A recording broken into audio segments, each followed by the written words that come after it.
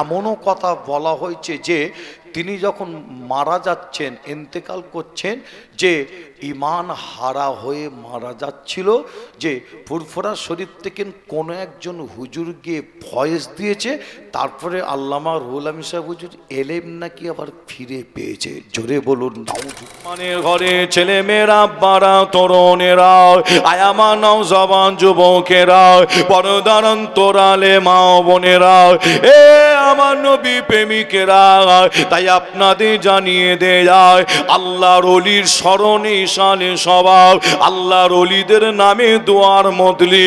তাই আমি আসিম বিল্লাহ আপনাদের কাছে ওলিদের দুটো কথা বলে যাচ্ছি, আল্লাহর ওলিদের দুটো কথা জানিয়ে যাচ্ছি। এ যুবকেরা, ফুরফুরার পীর মুজাদ্দিদুজ্জামান দাদা হুজুর আল্লামা রুহুল আমিন সাহেব হুজুর, তিনাদের স্মরণে শানে স্বভাব। তাই আপনাদের জানিয়ে দেয় মুজাদ্দিদুজ্জামান দাদা হুজুর তিনিও কিন্তু মোকাবেলা করেছিল। এ যুবকেরা, নিশ্চয়ই আপনারা শুনেছেন, তারপরও আপনাদের একবার জানিয়ে দিয়ে যায়, আপনাদের খুবই কাছাকাছি একটা জায়গার নাম আছে, যে জায়গাটা হলো গোবরডাঙ্গা বলা হয়। এ নবী প্রেমিকেরা, মুজাদ্দিদুজ্জামান দাদা হুজুর পীর কেবলা রাহমাতুল্লাহ আলাইহির সিনার দিকে গোবরডাঙ্গার জমিদার ব্যক্তি একটা নাই, দুটো নয়, তিনটে গুলি চালিয়েছিল দাদা পীরের সিনার দিকে, বন্দুকের নলটা করে দিয়ে তিনটে গুলি করেছিল। একটাও গুলি বন্দুকের নল থেকে বার হয় না। ফুরফুরা পীর আবু বাক্কার দাদা হুজুরের সিনাই গিয়ে লাগে না। আরো জোরে বলুন সুবহানাল্লাহ।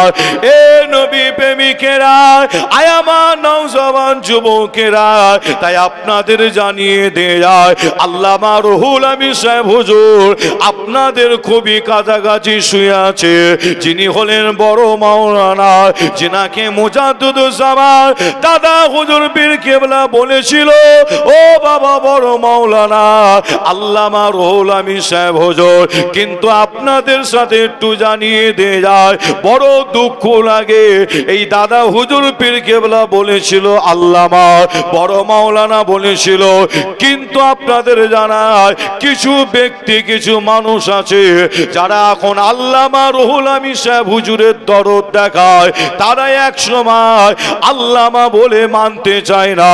বসিরহাটের আল্লামা রুহুল আমিন সাহেবকে তারাই আবার এক সময় বড় মাওলানা বলা যাবে না, তারাই আবার প্রতিবাদ করেছিল।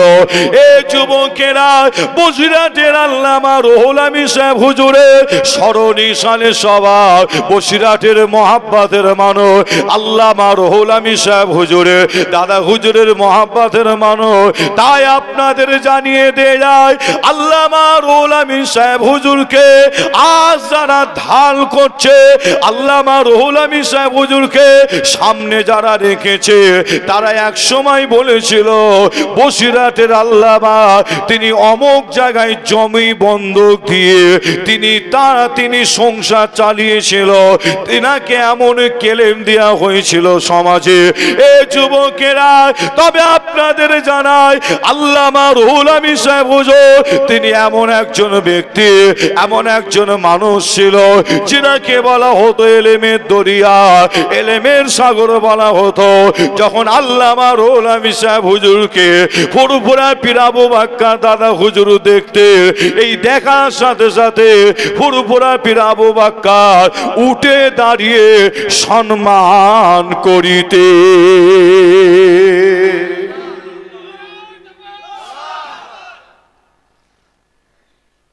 আল্লামা রুহুল আমিন সাহেব হুজুরকে দাদা হুজুর দেখে উঠে দাঁড়িয়ে সম্মান করতেন। কেন বলেন দেখেন? আপনারা একবার নাই অনেক ওলামা হযরতদের জবান থেকে শুনেছেন যে বসিরহাট আল্লামা রুহুল আমিন সাহেব হুজুর বলতেন, হুজুর আপনি আমার পীর, আপনি আমাকে দেখে উঠে পড়েন, আমাকে একটু লজ্জা লাগে। লাগবে না? অবশ্যই। তাই তো নাকি? পীর দাদা হুজুর ফুরফুরা পীর আবু বকর দাদা হুজুর বলতেন কি জানেন, বাবা রুহুল আমিন, আমি তোমাকে দেখে উঠিনি গো, তোমার মধ্যে যে এলেমটা আছে সেই এলেমকে দেখে আমি আবু বকর উঠে দাঁড়িয়ে পড়ি। জোরে বলো, আরো জোরে হবে না? যে আজ তারা আল্লামা রুহুল আমিন সাহেব হুজুরকে যে ওই রকম একজন ব্যক্তি, ওই রকম একজন মানুষ, ওই রকম একজন আল্লাহর ওলিকে সামনে রেখে তারা আজকে আবার সমাজে ভালো হওয়ার চেষ্টা করছে। কিন্তু আপনারা মোবাইলে দেখলে আপনারাও পাবেন। আর আগেকারের এরকম হ্যান্ডবিল পোস্টার বই হাজারো খুঁজলে আপনারা পাবেন, মানুষের কাছে তোলা আছে।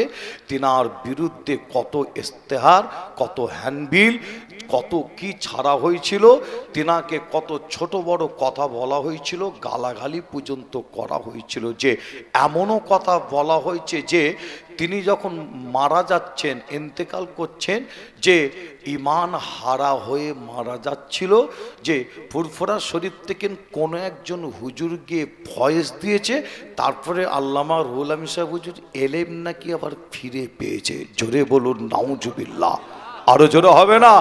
যে যে এই সমস্ত কথা বলেছে, একটা সময় রেকর্ড আছে, বহু মানুষ জানে। যে এমন কি বলা হয়েছে তিনি যখন নাকি ইন্তেকাল করছেন, দুনিয়া থেকে বিদায় নিচ্ছে, ঈমান হারা হয়ে নাকি যাচ্ছিল। বলবেন না নাউজুবিল্লাহ, আরো জোরে হবে না? চিন্তা করেন কত বড় কথা।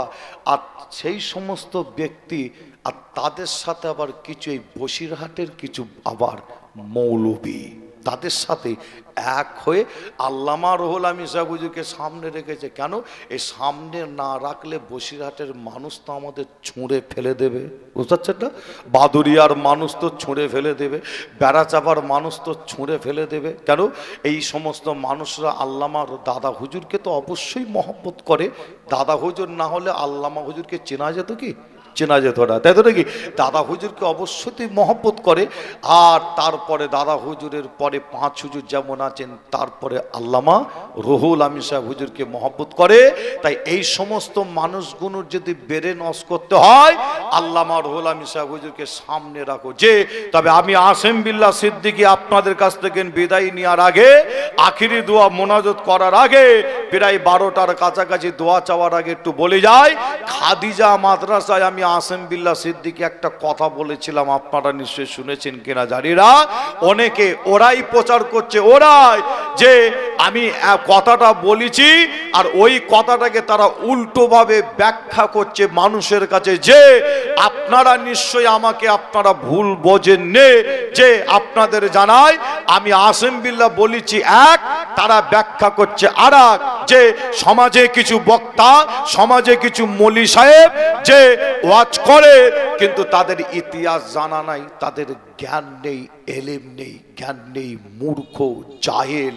আমি মূর্খ জাহেল এই কারণে বললাম যে আল্লামা রুহুল আমিন সাহেব হুজুরকে বিয়াদবি মনোভাব নিয়ে, যে আপনার আল্লামা রুহুল আমিন সাহেব হুজুরের ব্যাপারে কথা আসেম বিল্লাহ সিদ্দিকী আগেও বলেনি, আজও বলবে না, কিয়ামত পর্যন্ত আমি বলবো না। কেন? আল্লামা রুহুল আমিন সাহেব হুজুর আমি জানি তিনি একজন আল্লাহর ওলি, দাদা হুজুরের বড় খলিফা, বড় মাওলানা আল্লামা দাদা হুজুর উঠে সম্মান দিতেন, তাহলে কেমন মানুষ তিনি হতে পারেন। নিশ্চয়ই আমি এগুলোকে নিয়ে ভাববো, যে আমি আগেও কোনো রকম বেয়াদবি কথা বলিনি, আজও বলবো না, কিয়ামত পর্যন্ত বলবো না। তার আর একটা কারণ, আমার আব্বাজান হুজুর যিনি ফুরফুরার একজন বয়োজ্যেষ্ঠ পীর ছিলেন, দাদা হুজুরের নকশা কদম অনুযায়ী আমার আব্বাজান হুজুর চলতেন। যে একদম 60 থেকে 62 বছর আল্লামার আব্বাজানের হায়াত দিয়েছিলেন। দাদা হুজুরের নকশা কদম অনুযায়ী কেমন চলতো একটা উদাহরণ দিলে বুঝতে পারবেন। এই 60 থেকে 62 বছর বয়স আল্লাহ দিয়েছিলেন। শুধু ভারত নয়, বাংলাদেশেও তিনি খেদমত করেছেন। আমাদের মতন আয়েশ আরাম করে এরকম গাড়ি চেপে তিনি ঘুরেছেন যে না, বাসে করে ট্রেনে করে তিনি টেকারে করে হেঁটে পায়ে হেঁটে এইভাবে তিনি দাদা হুজুরের নকশা কদম অনুযায়ী চলেছেন। যে তিনি এমন একজন মানুষ ছিলেন, আমার আব্বাজান হুজুর তিনি যখন ইন্তেকাল করেন, এন্তেকালের পরে দুই মসজিদের মুসল্লিরা তর্ক বিতর্ক শুরু করে। দাদা হুজুরের মাজারের পাশে মসজিদ, ওখানকারের মুসল্লি, ছোট হুজুরের মাজারের পাশে মসজিদ, ওখানকারের মুসল্লি তর্ক বিতর্ক শুরু করে। কি তর্ক বিতর্ক? যে আমার আব্বাজান হুজুরকে একই টাইমে একই সময় ঈশান নামাজ দুটো মসজিদে একই টাইমে হয়, আর এই দুটো মসজিদে আব্বাজান হুজুরকে একই টাইমে একই সময় নামাজ পড়তে দেখা যায়। জোরে বলুন, আরো জোরে হবে না? দুই মসজিদের মুসল্লিরা তর্ক বিতর্ক করে। কেউ বলে না এখানে হুজুর পড়েছে, আমি নিজে দেখেছি। আবার কেউ বলছে না হুজুর এই মসজিদে নামাজ পড়েছে, আমি নিজে দেখেছি। আবার কেউ বলছে আমার পাশে দাঁড়িয়ে নামাজ পড়েছে। যে আপনারা অনেকে কম বেশি শুনেছেন আব্বাজান হুজুরের কথা, যে তিনি এমন একজন ব্যক্তি ছিল, আমার আব্বাজানের সঙ্গে আমি ছোটবেলায় বাসে করে আল্লামা রুহুল আমিন সাহেব হুজুরের মাজার জিয়ারত কয়েকবার আব্বাজানের সাথে এসে করে গেছি। বাসে করে হুজুরের মাজারে এসে দোয়া নিয়ে গেছি। যে কিন্তু সমাজে আসিম বিল্লাহ সিদ্দিকীকে উড়িয়ে দেওয়ার জন্য কি আল্লামা রুহুল আমিন সাহেব হুজুরকে ঢাল করে বলছে আসিম বিল্লাহ সিদ্দিকী বেয়াদবি করেছে, বেয়াদবি কথা বলেছে। কি বলেছে? না ওনার লাশ তুলে এসে নাকি খাদিজাই দাফন করে দেবে বলেছে। আচ্ছা বলেন কত বড় মিথ্যুক, জাহেল, মূর্খ বক্তা। চিন্তা করেন, আমি কিন্তু এ কথা বলিনি, মোবাইল খুললে আপনারা পাবেন। আমি ওখানে একটা কথা বলেছি, যদি শরিয়াত ইসলাম যদি হুকুম দিত, কি কথাটা বুঝতে পারছেন না? আর এরা প্রচার করছে কি আসিম বিল্লাহ সিদ্দিকী বলছে যে জাহেল, মূর্খ বক্তা, যে এলেম নেই। এরা বলছে কি যে উনি নাকি আমার কথা আমাকে ইশারা করে বলছে নাম ধরার ক্ষমতা এদের হয়নি। বুঝতে পারছেন না? এদের নাম ধরার ক্ষমতা নেই। যেদিন নাম ধরবে ইনশাল্লাহ সেদিন বুঝতে পারবেন। যে এতটুকুন বলে দিয়ে গেলাম, এদের নাম ধরার ক্ষমতা হয়নি। এরা ইঙ্গিতভাবে বলছে উনি নাকি বলেছে ওখান থেকে লাশ নাকি তুলে এখানে। আমি কিন্তু ও কথা বলিনি। আমি বলছি ইসলাম শরিয়াত যদি হুকুম যদি দিত, কেন ওখানে এমন কিছু কাজ, এমন কিছু ব্যবহার, এমন কিছু শরিয়াত ইসলাম বিরোধী কিছু কাজ কারবার হয়, সেদিকে চিন্তা করে, সেই দিকে খেয়াল করে আমি আসিম বিল্লাহ কথা আমি বলেছিলাম। যদি ইসলাম শরিয়াত যদি হুকুম দিত, তাহলে আল্লামা রুহুল আমিন সাহেব হুজুরের লাশকে খাদিজায় এনে দাফন করতাম। তবে খাদিজাটা যদি জায়গাটা ওদের যদি পছন্দ যদি না হয়, আমাকে পরে বলতে পারতো, আমি নাহলে বলতাম বাবা খাদিজা এতই রাগ তোমাদের, জায়গাটা পছন্দ তখন হয়নি, খাদিজার ওপরে এতই রাগ, তাহলে দাদা হুজুরের পাশে এসে দাফন করে দেবো। কি খুশি হবে না? যে তবে আমি আসিম বিল্লাহ সিদ্দিকী আপনাদের বলি বেয়াদবি, এক চুল পরিমাণ বেয়াদবি মনোভাব নিয়ে কথা আমি বলিনি। আমি এখানে কি বলেছি, ইসলাম শরিয়াত যদি হুকুম দিত। কিন্তু তার পাশাপাশি আবার আপনাদের আমি একটু প্রমাণ দিয়ে যাব। কি প্রমাণ? আবারও প্রমাণ এখানে দিয়ে যাই। জান্নাতের সর্দার কে ছিলেন? ইমাম হাসান, ইমাম হোসাইন। তাই তো নাকি? আপনাদের জানাই ইমাম হাসান হুজুরের মাজার মোবারক হলো কোথায়? মদিনার কর্মস্থান জান্নাতুল মুআল্লা, জান্নাতুল বাকি কর্মস্থান। এই জান্নাতুল বাকি এমন একটা কর্মস্থান, ইমাম মালিক হুজুর কিতাবের মধ্যে লিখছেন জান্নাতুল বাকি কর্মস্থানে 10,000 সাহাবা হুজুরের কবর মোবারক রয়েছে। জোরে বলুন, আরো জোরে হবে না? যে এবং ওখানে জান্নাতের সর্দার ইমাম হাসান হুজুরের কবর মোবারক রয়েছে। আর ইমাম হোসাইন হুজুরের কবর মোবারক কোথায়? তাহলে কারবালার জমিনে তাহলে আমাদের ফিরে আসতে হয়। আর আমি আসিম বিল্লাহ যদি কারবালার ঘটনা কোন তুলে ধরি, তাহলে আবার অনেক সময় লাগে, প্রায় 12টার কাছে সময়। তবে আপনাদের বোঝানোর জন্য একটু আপনাদের বলে যাই, যে আপনাদের জানানোর জন্য, আর ওই সমস্ত মূর্খ, জাহেল, অশিক্ষিত বক্তা মৌলী সাহেবদের একটু জানিয়ে দিয়ে যায়। আপনারাও শুনেলেন, ইতিহাস জানা নাই, এলেম যদি না থাকলে যা হয়। আমি আপনাদের জানাই, ইমাম হোসেন হুজুর যে কারবালার জমিনে শহীদ হয়েছিলেন, হুজুরকে এত কষ্ট দেয়া হয়েছিল যে হুজুরের এই শরীর মোবারক থেকে শের মোবারকটাকে আলাদা করে দিয়েছিল। যে হুজুরের শরীর মোবারকের মাজার হলো, কবর মোবারক হলো কোথায় জানেন? একটা মুসলিম কান্ট্রি, মুসলিম দেশটার নাম হলো ইরাক। ইরাকের জমি জমিনে হুজুরের শরীর মোবারকের মাজার, আর হুজুরের শের মোবারকের মাজার কোথায় জানেন? হুজুরের শের মোবারকের মাজার আর একটা অন্য দেশে। প্রথম দাফন করা হচ্ছে কোথায় জানেন? দেখেন, জান্নাতের সর্দার ইমাম হোসেন হুজুরের শের মোবারক প্রথম দাফন করা হয়, কিতাবের মধ্যে পাওয়া যাচ্ছে উমাইয়া জামে মসজিদ বলে একটা মসজিদ, নাম মনে রাখবেন, উমাইয়া জামে মসজিদ মাঠে দাফন করা হয়। আবার বহুদিন পরে উমাইয়া জামে মসজিদ মাঠে মাটি খুঁড়া হচ্ছে, মাটি খুঁড়ে ইমাম হোসেন হুজুরের শের মোবারক তোলা হচ্ছে। দেখেন, জান্নাতের সর্দার যে তিনার শের মোবারক মাটি খুঁড়ে তোলা হচ্ছে, তুলে আবার নিয়ে চলে যাওয়া হলো কোথায়? আসকালান বলে একটি জায়গা আছে, আসকালানের মাটিতে নিয়ে গিয়ে দাফন করা হলো। আবার বহুদিন পরে আসকালানের মাটি খুঁড়ে হুজুরের শের মোবারক আবার তোলা হলো, তুলে আবার নিয়ে চলে যাওয়া হলো কোথায়? দেশটার নাম হলো মিশর। মিশরের জমিনে নিয়ে গিয়ে ইমাম হোসেন হুজুরের শের মোবারক অর্থাৎ মাথা মোবারকটা নিয়ে গিয়ে দাফন করা হলো। হুজুরের শের মোবারকটা ওখানে দাফন করার কারণে ওই এলাকাটার নাম হয়ে গেছে আল হুসাইনি এলাকা। কি নাম? আল হুসাইনি এলাকা। তাহলে হুজুরের শের মোবারক কবার মাটি করে তোলা হলো? দুবার। কবার? দুবার। হুজুরের শের মোবারককে জান্নাতের সর্দার তিনার শের মোবারক মাটি খুঁড়ে দুবার তুলে নিয়ে যাওয়া হলো। এই সমস্ত মূর্খ জাহেল বক্তা, তাদের মনে হয় এই সমস্ত এলেম তাদের মধ্যে নাই। প্রয়োজন পড়লে অবশ্যই তুলতে হয়, প্রয়োজন পড়লে অবশ্যই তুলতে হয়। তবে আপনাদের কাছে যদি এই ঘটনা পুরো যদি তুলে ধরি অনেক সময় লাগে, তবে এতটুকুন বলে যাই, আমি আসিম বিল্লাহ সিদ্দিকী যে মিশরের আপনার 14 থেকে 16 দিন সফরে আমি গিয়েছিলাম, মিশর সফরে। এই মিশর সফরে গিয়ে ইমাম হোসেন হুজুরের শের মোবারকটা জিয়ারত করেছি, একবার নয় কয়েকবার।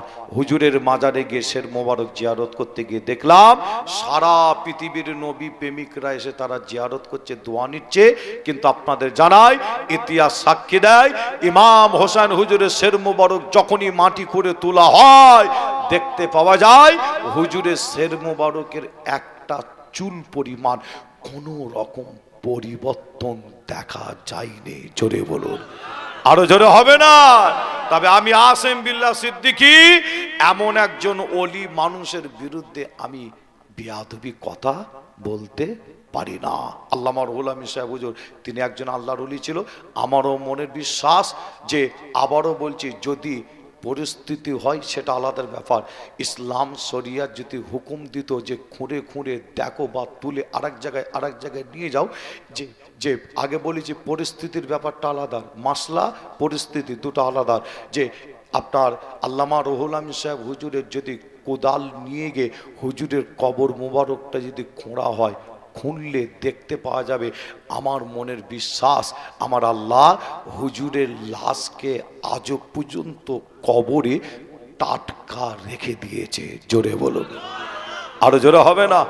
মুসলমানের ঘরে ছেলে মেয়েরা, আব্বারা, তরুণেরা, আয়ামা নওজওয়ান যুবকেরা, পর্দার অন্তরালে মা বোনেরা, এ আমার নবী প্রেমিকেরা, তাই আপনাদের কষ্ট দেব না।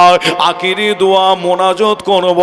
এই আখিরি দোয়া মোনাজাত করার আগে জানিয়ে দেয় যায়, এ যুবকেরা, একজন নবীর নাম মনে পড়ে যায়, আল্লাহর ওলির দুয়ার মধ্যে আপনারা আল্লামা রুহুল আমিন সাহেব হুজুর এবং মুজাদ্দিদুজ্জামানের স্মরণী সালে সওয়াব করেছে।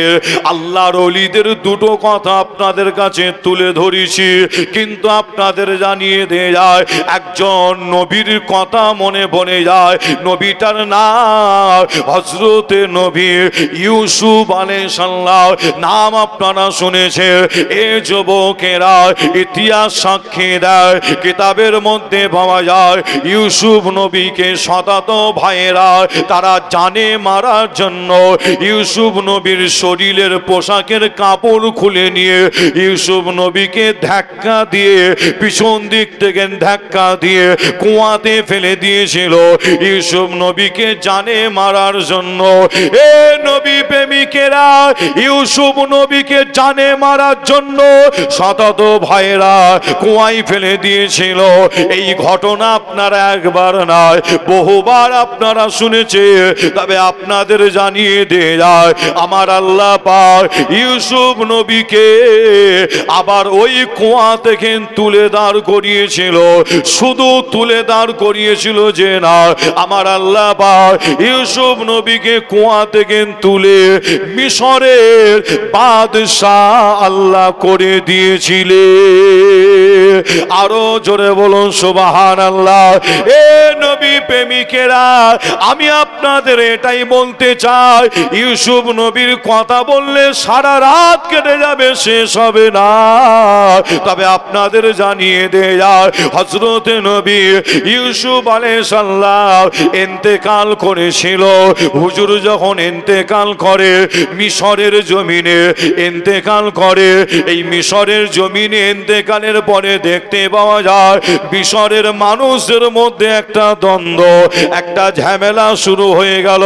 হুজুরের জানাজার নামাজ হয়নি, হুজুরের লাশ মোবারক রাখা আছে, নবীর লাশ মোবারক ইউসুফ নবীর লাশ মোবারক রাখা আছে, কিন্তু মিশরের মানুষের মধ্যে একটা দ্বন্দ্ব, একটা ঝামেলা শুরু হয়ে গেল। কিসের দ্বন্দ্ব? মিশরের মানুষদের মধ্যে দেখতে পাওয়া যায় কেউ বলে ইউসুফ নবীর কবর মোবারক আমাদের এখানে হবে, কেউ বলে না না ইউসুফ নবীর কবর মোবারক আমাদের এলাকায় হবে। ইউসুফ নবী ইন্তেকালের পরে কি দেখতে পাওয়া যায়? দ্বন্দ্ব, ঝামেলা। কেউ বলে এখানে, কেউ বলে এখানে। আপনাদের বোঝানোর জন্য যদি বলি যে কেউ বলে আমার গ্রামে, এটা বোঝানোর জন্য বলছি, কেউ বলে আমার পাড়ায়, কেউ বলে আমার এলাকায় ইউসুফ নবীর কবর মোবারক হবে। যখন দ্বন্দ্ব ঝামেলা দেখা দিল, মিশরের মানুষরা তারা সকলে মিলে বসে একটা আলোচনা করলো, কি তাহলে এক কাজ করা যাক, ইউসুফ নবীর কবর মোবারকটা আমরা সকলে মিলে, যে একটা নদী আছে পৃথিবীর জমিনে, নদীটার নাম হলো যে নদীটাকে বলা হয় জান্নাতি নদী, জান্নাতি নদী বলা হয়, নাম হলো কি নীল নদ নদী। কি নাম? নীলনদ নদী। আর এই নীলনদ নদীটাকে বলা হয় জান্নাতি নদী বলা হয়। আমি আসিম বিল্লাহ নীলনদ নদীর কাছে গেছি, ওই নীলনদ নদীর বোর্ডের ওপরে করে একটু ঘুরেছি আমি, জান্নাতের নদী বলা হয়। যে যে আপনার মিশরের মানুষ তারা আলোচনা করলো, তাহলে এক কাজ করা যাক, ইউসুফ নবীকে নীল নদে দাফন করা হোক, নীল নদ দাফন করা হোক। কেন করল এই ডিসিশনটা, কেন নিল এই চিন্তা ভাবনাটা তাদের মধ্যে কেন এলো মিশরের মানুষদের মধ্যে? আপনাদের বলে যাই, মিশর এমন একটা দেশ যে তাদের বড় বড় কারবার, ব্যবসা বাণিজ্য, চাষ আবাদ যা কিছু সব ওই নীল নদের পানিকে নিয়ে। আপনারা এখানে অনেক ভাই চাচা আছেন, অনেকে চাষবাস করেন না, জমিতে চাষবাস করেন। যদি আমি জিজ্ঞাসা করি আলু চাষ করতে পানি লাগে, আপনারা বলবেন হ্যাঁ। যদি বলি পটল চাষ করতে পানি লাগে, আপনারা বলবেন হ্যাঁ, তাই তো নাকি? আপনাদের কাছে যদি জিজ্ঞাসা করি আম গাছ লাগালে আম গাছের গোড়ায় পানি দিতে হয়, আপনারা বলবেন হ্যাঁ। আমি যদি আপনাদের কাছে জিজ্ঞাসা করি একটা কারবার ব্যবসা করবেন, সেখানে পানি লাগে, আপনারা বলবেন হ্যাঁ, তাই তো নাকি? এক কথাই পানি আল্লাহ এত বড় নিয়ামত করেছেন, আপনার সমস্ত কাজ কারবার, ব্যবসা বাণিজ্য, চাষ আবাদ প্রত্যেক জায়গায় কিন্তু পানি লাগে। একটা হোটেল আপনি খোলেন, যে হোটেল খোলেন প্লেট ধোয়ার জন্য, সেখানেও পানি লাগে, লাগে না? যে মানুষ খাবে সেখানেও পানি লাগে। যে তবে আপনাদের ছোট ভাই ছেলে হিসাবে জানায়, মিশরের যত বড় বড় কারবার, ব্যবসা বাণিজ্য, চাষ আবাদ যা কিছু সব ওই নীল নদের পানিকে নিয়ে, নীল নদের পানি যদি শুকিয়ে যায় মিশরের একটা বিশাল বড় ক্ষয়ক্ষতি হয়ে যাবে। তাই মিশরের মানুষেরা আলোচনা করলো, তাহলে এক কাজ করা যাক, ইউসুফ নবীকে নীল নদে দাফন করা হোক। যে আল্লাহ চাইলে ইউসুফ নবীর ওসিলায় এই পানিকে আল্লাহ আরো বরকতময় করে দেবে। মিশরের মানুষেরা বলছে আল্লাহ চাইলে এই নীল নদের পানিকে আল্লাহ আরও বরকতময় করে দেবে। তাই ইউসুফ নবীকে নীল নদে দাফনও করা হয়েছিল। আবার আপনাদের বলে যাই, ইউসুফ নবীকে বহু বছর পরে নীল নদ থেকে আবার তোলা হয়েছিল। দেখেন আবার তোলা হচ্ছে। যে আপনাদের ইতিহাস জানিয়ে দিয়ে যাই যে এরা আসিম বিল্লাহ সিদ্দিকীর ব্যাপারে কথা বলতে বলতে একজন বিয়াদব বলছে, আবার যে বিয়াদব বলছে যে আপনার কি ইহুদিদের মতন কাজ করবা, বুঝতে পারছেন না, ইহুদিদের মতন কাজ করবা। হ্যাঁ, একজন বিয়াদব আছে, সে বলছে আসলে তার জানা নাই ইতিহাস, বুঝতে পারছেন না, আসলে সেই ইতিহাস জানে না। আর একটু বয়স হয়ে গেল আবার একটু ভুল ভালো আবার বকে আবার, বুঝতে পারছেন না, বয়স হয়ে গেলে একটু দেখবেন অনেকে, আপনার অনেকে আছে দেখবেন একটু ভুল ভাল, এটা বাস্তব, এটা বাস্তব কথা বলছি। আমাদেরও বয়স হবে, কি হবে না, আল্লাহ চাইলে যদি হায়াত দেয় আমাদেরও বয়স হবে। বয়স হলে মানুষ অনেক আবার দেখবেন মাথায় বেরেন্ট অনেক কিছু রাখতে পারে না, একটু ভুলভাল বলেও ফেলে। যাই হোক, আপনার কোথা থেকে কোথা তুলনা করছে দেখেন। আবার এরা আবার বলে দাদা হুজুরের আওলাদদের সাথে কি বিয়াদবি কি করা যাবে না। এরা আবার দাদা হুজুর আওলাদদের মাঝে মধ্যে আবার ঢাল করা, আবার বলে বিয়াদবি করা যাবে না। আর আপনার অথচ আসিম বিল্লাহ সিদ্দিকীর বিরুদ্ধে বলে যাচ্ছে, বুঝতে পারছেন না। হ্যাঁ, তাহলে আমি দাদা হুজুর আওলাদদের মনে হয় বাইরে, খাতার বাইরে করে দিয়েছে নাকি কি জানি, বুঝতে পারছেন না। হ্যাঁ হ্যাঁ, যাই হোক, তবে আপনাদের ছোট ভাই ছেলে হিসাবে জানায় যে তারা মনে হয় ভেবেছে যে ইনি মনে হয় দাদা হুজুর আওলাদের মনে হয় বাইরে, একদম বাইরে করে দেবে মনে হয়, যা ভাবে এরা পিছনে লেগেছে, বুঝতে পারছেন না। কিছুজন যেভাবে পিছনে লেগেছে চতুর্দিক থেকে, তবে আসিম বিল্লাহ সিদ্দিকী আপনাদের জানাই আমি এমনই একজন ছেলে, অহংকার করছি না, আল্লাহর রহমত, নবীর কদমের ওসিলা, আমার আব্বা আম্মা জানের দোয়া, দাদা পীরের দোয়া, 5 দাদু জানের দোয়া, আল্লাহর ওলিদের দোয়া, একাই যদি দাঁড়িয়ে থাকি না, আমার সামনে আসার সাহস কেউ করে না। এতটুকুন কথা বলে দিলাম। ফুরফুরা শরীফে একা যদি দাঁড়িয়ে থাকে, একা, কারো প্রয়োজন পড়ে না, একা যদি দাঁড়িয়ে থাকি, কথা বলো তো দূরে কথা, সামনে এসে দাঁড়ানোর সাহস হয় না। কেন বলেন দেখে, অন্য কিছু নয়, হকের ওপরে, ন্যায়ের ওপরে, সত্যর ওপরে যখন আপনি দাঁড়িয়ে থাকবেন না, আপনার সামনে ধারে বারে কেউ আর আসবে না। এটাই হচ্ছে সত্য, যে এটাই হলো সঠিক, যে এটাই হলো সত্য। হকের ওপরে দাঁড়িয়ে থাকেন আপনি, দেখবেন আপনার ধারে বারে আর কেউ আসবে না। যাই হোক, আপনাদের ছোট ভাই ছেলে হিসাবে আমি জানাই, সেই সমস্ত জাহেল মূর্খ, সেই সমস্ত বক্তাদের ইউসুফ নবীর লাশ মোবারক নীল নদের পানি থেকে আবার তুললেন। কে তুললেন? নবীটার নাম বলে যাই, বহু বছর পরে তুলছেন কে? নবীটার নাম হজরতে নবী মূসা আলাইহিস সালাম। কি নাম? হজরতে নবী মূসা আলাইহিস সালাম ইউসুফ নবীকে নীল নদ থেকে তুলে কি করলেন? তিনি তুলে নিয়ে যাচ্ছেন কোথায়? আবার একটা দেশটার নাম হলো, যে ইউসুফ নবীকে মিশর থেকে তুলে নবী মূসা আলাইহিস সালাম নিয়ে চলে যাচ্ছেন কোথায়?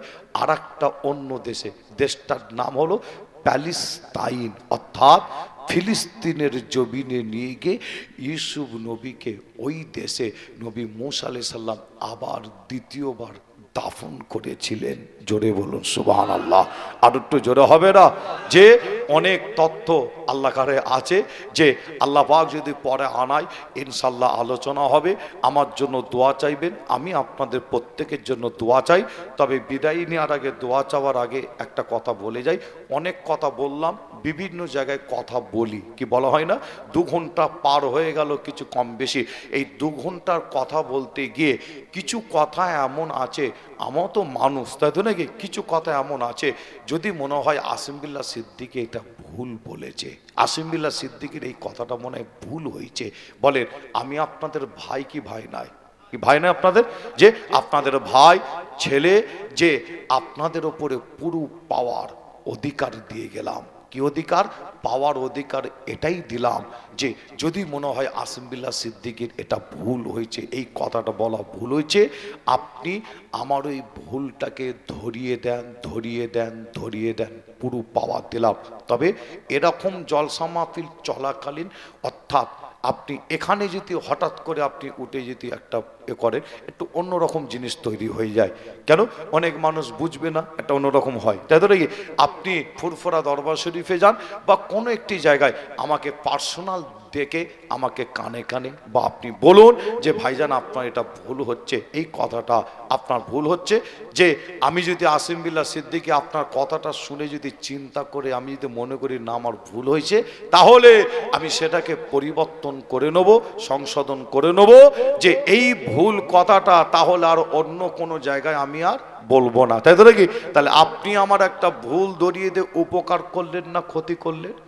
উপকার না ক্ষতি করলেন? উপকার করলেন, তাই তো নাকি? তাহলে আমি আজও বলছি, এবং সোশ্যাল মিডিয়া, এখানে সোশ্যাল মিডিয়া অনেক আছে, আমি আপনার যেনারা সোশ্যাল মিডিয়াও শুনছেন এবং আপনাদের প্রত্যেককে বলছি যে আপনার আসিম বিল্লাহ সিদ্দিকী যদি মনে হয় ভুল আসেন না, আপনাদের দাওয়াত করছি আমার বাড়িতে, একটু মেহমানদারি হয়ে যাবেন আমার বাড়িতে, তাই তো নাকি? আমার বাড়িতে একদিন মেহমানদারি হয়ে আমাকে একটু বুঝিয়ে দিয়ে যান না, আমি ভুল করছি না ঠিক করছি, একটু বুঝিয়ে দিয়ে যান না, ঠিক না ভুল? যদি ভুল আমাকে যদি বুঝিয়ে দিয়ে যেতে পারেন তাহলে আপনার কথাটা অবশ্যই মেনে নেব, ঠিক না ভুল? এই তো মাশাআল্লাহ। যে আর আপনি তা না করে যে আসিম বিল্লাহ সিদ্দিকীর ব্যাপারে অনেকে আবার আসিম বিল্লাহ সিদ্দিকীর ব্যাপারে ডাইরেক্ট আপনার মাইকে যে মুখ খুলছে দেখবেন ইশারা ইঙ্গিত দিয়ে, বুঝতে পারছেন না? অনেক দূর থেকে ইশারা ইঙ্গিত দিয়ে আসিম বিল্লাহর ব্যাপারে কিন্তু ইঙ্গিত দিয়ে কথা বলছে। যে আপনার দেখবেন আপনার আসিম বিল্লাহ সিদ্দিকীর বিরুদ্ধে আবার মোবাইলে আবার দেখবেন এখন থেকে আবার পোস্ট, অর্থাৎ লেখালেখি করছে। কিরকম দেখা যায় রে? লেখালেখি করছে, মোবাইলে পোস্ট করছে যে আমি তাদের মনে করি আপনারা আমার ভাই, আপনারা আমার কাছে আসেন, দরবারে বসেন, আলোচনা করেন, আমি অবশ্যই সময় দেবো, যে আমাকে বোঝান আমি কোন দিকে ভুল করছি কি করছি, অবশ্যই বোঝান। আর যদি আপনি না এসে, যদি আপনি আমাকে না বুঝিয়ে আমার কাছে এসে আমার কাছে যদি না বসে, যদি মোবাইলে ফেসবুকে বিভিন্ন জায়গায় এইভাবে যদি আমার বিরোধিতা করেন, আমি আল্লাহর দরবারে দাবি রাখলাম কিয়ামতের দিনে জবাব দিতে হবে, দাদা হুজুরের সামনে ধরবো, কিয়ামতের দিনে দাদা হুজুরের সামনে ধরবো। যে আর আপনি আমার পিছনে যদি বলেন আপনি গুনার কাজ করবেন, তাই সামনে এসে বলুন, আলোচনা করুন, ইনশাল্লাহ একটা ফায়সালা নিশ্চয়ই পাওয়া যাবে, ঠিক না?